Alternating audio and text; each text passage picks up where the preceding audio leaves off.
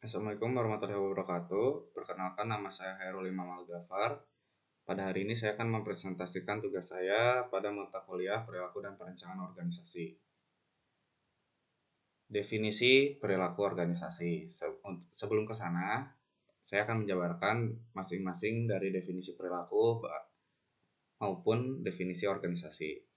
Definisi perilaku adalah respon atau reaksi seseorang terhadap rangsangan dari luar. Sedangkan organisasi adalah kumpulan dari beberapa individu atau beberapa kelompok dalam suatu tempat atau wadah untuk mencapai tujuan bersama. Definisi perilaku organisasi itu sendiri adalah suatu bidang ilmu yang mempelajari interaksi manusia dalam organisasi. Selanjutnya, apakah diperlukan sebuah perilaku organisasi? Jawabannya iya. Mengapa? Karena dengan adanya perilaku organisasi, maka diharapkan akan terdapat peningkatan perhatian pada kepentingan sumber daya manusia sebagai tenaga kerja dalam suatu organisasi. Terdapat dua hal yang mempengaruhi perilaku organisasi, yaitu yang pertama adalah kepribadian dan yang kedua adalah emosi. Definisi kepribadian itu sendiri adalah sebuah pandangan keseluruhan tentang cara seseorang individu bereaksi dan berinteraksi dengan individu lainnya.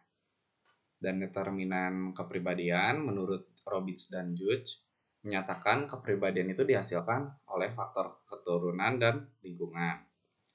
Selanjutnya adalah dimensi kepribadian. Kepribadian mengandung beberapa dimensi.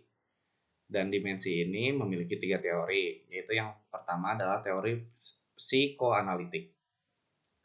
Teori ini digunakan untuk memahami kepribadian seseorang, dan kita harus melihat ke dalam diri individu tersebut.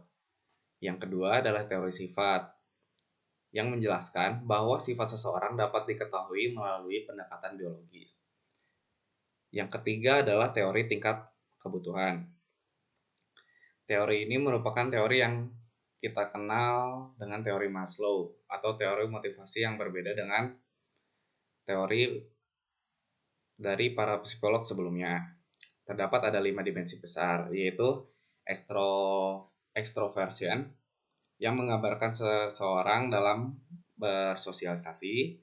Lalu ada agreeableness, yaitu kemampuan bersepakat. Yang ketiga adalah conscientiousness itu merupakan sifat berhati-hati. Lalu yang keempat adalah emotional stability, yaitu kestabilan emosional seorang individu.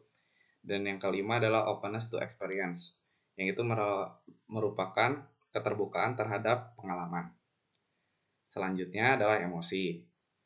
Emosi itu sendiri adalah reaksi terhadap seseorang atau kejadian, atau juga bisa didefinisikan sebagai perasaan intens yang ditujukan kepada seseorang atau sesuatu.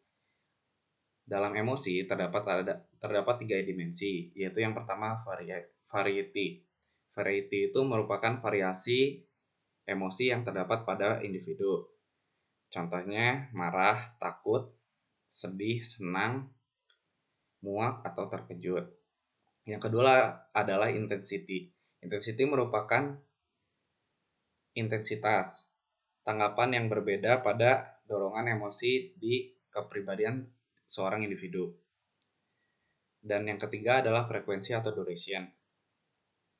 Ini biasanya membahas tentang seberapa sering emosi itu perlu ditunjukkan. Sekian presentasi dari saya untuk memenuhi tugas saya ini. Assalamualaikum warahmatullahi wabarakatuh.